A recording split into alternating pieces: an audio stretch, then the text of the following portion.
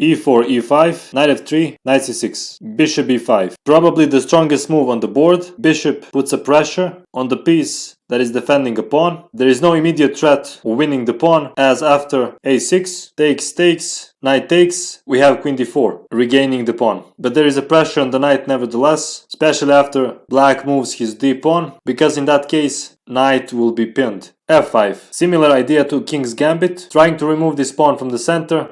d4, aggressive reply, counter-attacking in the center. Another dynamic line is knight c3, aiming for piece play, and more conservative is d3, protecting the center. After d4, we have f takes, e4, attacking the knight, and knight takes e5. Black cannot play d6 or d5 because of knight takes and bishop takes, wins the exchange. White also has a powerful threat, let's say a6, he can play takes, queen h5, king e7, queen f7, and knight c4 mate.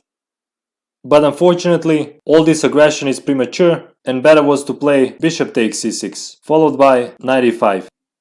So after knight e5, takes, and really nice move c6. The purpose of c6 is not only to drive off the bishop, but also to win a pawn by queen a5 and queen e5. After bishop c4, indeed this is a great diagonal for the bishop, but in this position it was better to go to e2 to give more defense to the king, because white lost a great defender of the king, knight on f3. After bishop c4, we indeed have queen a5, knight c3, and winning a pawn. Now we have castle. Of course, castling is one of the most important priorities in chess, but you cannot play chess without thinking, because it is very dangerous for white to castle on that side of the board. A lot of black pieces are quick to attack it, so it was better to postpone castling a little bit, develop his queenside pieces, and maybe even castle on the queenside. So castling, d5. Of course, very natural move, seizing the center, attacking the bishop, very good stuff. Bishop e3.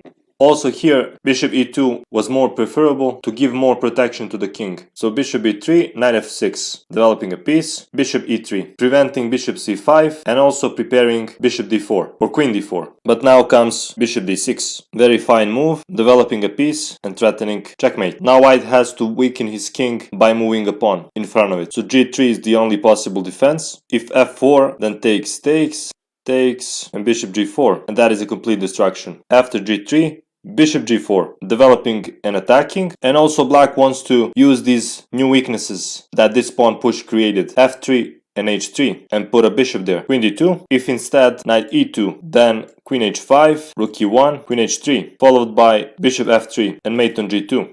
So that's why queen d2, and we have bishop f3 and bishop f4. White is hoping for queen e7, takes, queen f4, trying to kill black's attack by exchanging pieces. But of course, black doesn't want that, so he is going after the mate, queen f5. He doesn't care about this bishop, because mate would be unstoppable. Knight d1 is the only possible chance to defense, trying to go to e3 and defend g2. Queen h3, knight e3, and now very important, knight g4, threatening another mate. And there is no stopping mate, rook e1, check, and mate next move.